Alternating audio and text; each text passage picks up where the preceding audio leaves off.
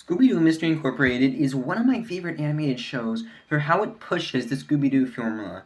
The show does a great job at adding lore and overarching mystery, but an underrated aspect are the monsters. Scooby Doo Mystery Incorporated has some of the best Scooby Doo monsters, both based on concept and design in the show.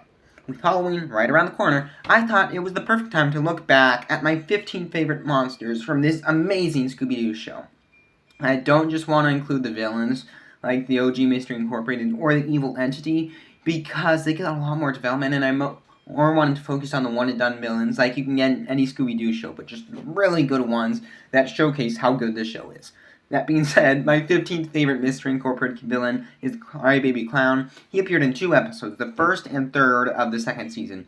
He has a goofy design of a baby clown, but him being an oversized, it looks super silly, which really fits the character. The voice of Mark Hamill brings the character to life. I love how he's played 2 clowns, sounding like a grown man pretending to be a baby. And all of that, coupled with the fact that he is probably the most dangerous villain in the show besides those big ones I just mentioned, makes him the 15th best. One thing I really enjoy about the villains is how culturally diverse they are, and the number 14 is Que Horrifico, which is a great example. It is a piece of Latin American folklore which is made up by the show, where a witch plays this pan flute and turns all the children into demons. Whenever we can introduce musical themes to a villain like the Wolf of Death in Puss in Boots, it makes them immediately more scary, and I really like that. The concept is super cool, and having the demon children makes the mystery very unique. Character design looks nice, and with a nice cool tribal mask and the robes, overall, Que Horrifico, very fun villain.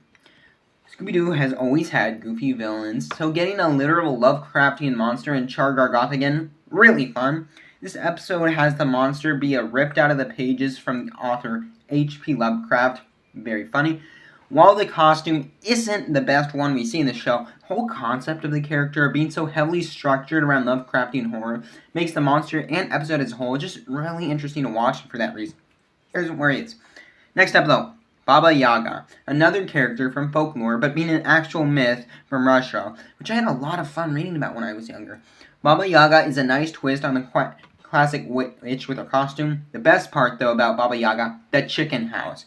It is so cool to basically have a house on chicken legs that our protagonists are chasing, and it makes the investigation more complex.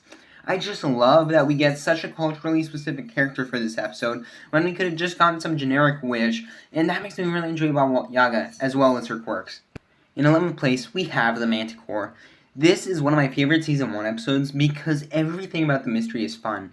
The monster exists because the mayor bought a discounted haunted pyramid on some sketchy website, which is a really funny detail in my opinion.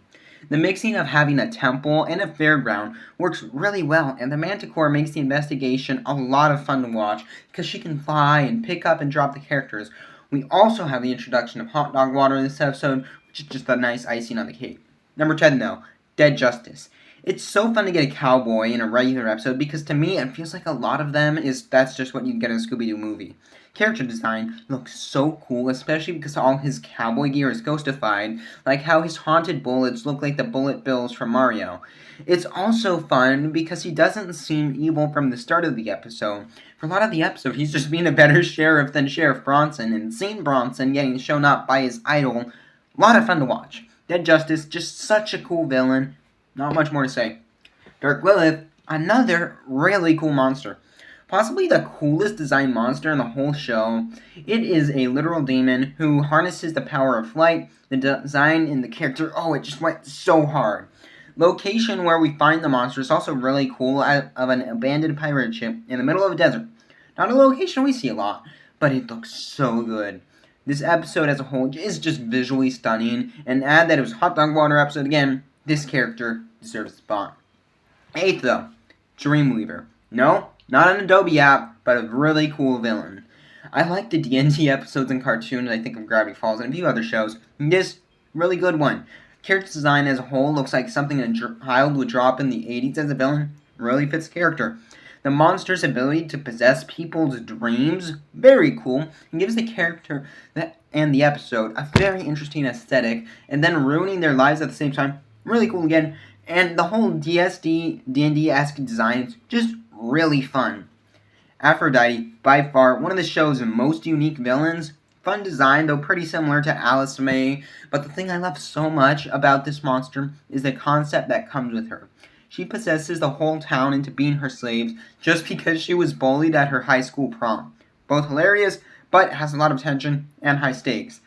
Add that, it takes working with Pericles to beat her. You get a great monster and a really good villain. Another one, Obliterix, or Obliterix, something like that. Another one that is very unique. She's this female assassin with comically overpowered weapons, which she seems to have an infinite supply of. Very fun. Seeing Shaggy run away from bombs and exploding arrows is just a nice change of pace and very enjoyable to watch. At the end of the episode, we get a really cool fight between Obliterix and Angel Dynamite, which just cements how cool this character is. But kicking off the top 5 has to be Danny Darrow. While he starts off as this greedy little goblin kid, his backstory so cool and makes this character for me. Danny was part of one of the past mystery-solving groups when his mansion sunk underground, and his family slowly died around him, and Danny thinks our protagonists are the old Mystery Incorporated coming back, which lets us learn so much about the lore in a fun way. He isn't the most wacky character, but he is so interesting, and so is the episode as a whole. Number 4, Krampus. This is one of the monsters that stuck out to me most just for having such a cool concept. He's already in one of the show's best episodes with an amazing twist, but just what he does is so cool. He basically just punishes bratty children by scaring them and turning their hair gray. He's another character, again, from real-life mythology, German here, and I loved when Pericles was nostalgic about him.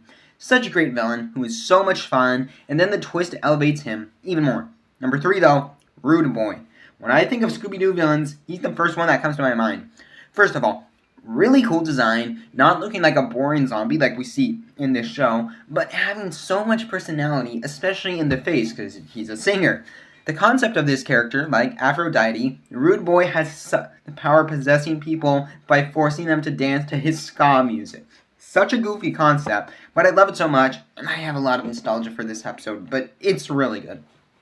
Second best monster, though, Fake Fred. I wasn't originally going to count him, but because we know it's an imposter from the moment we see him, I decided to count it anyway.